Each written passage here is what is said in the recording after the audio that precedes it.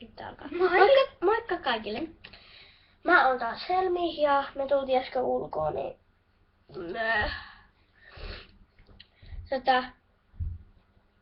me otetaan video. Joo. Ja sitten mä alan taas niinku tietsikalla, niin siksi siitä tulee niin outo. Ja niinku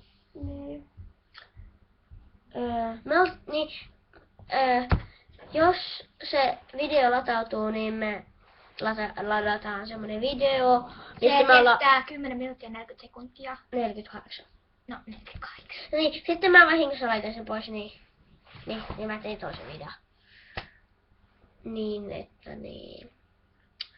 Muistutin vaan. Siis muistutus.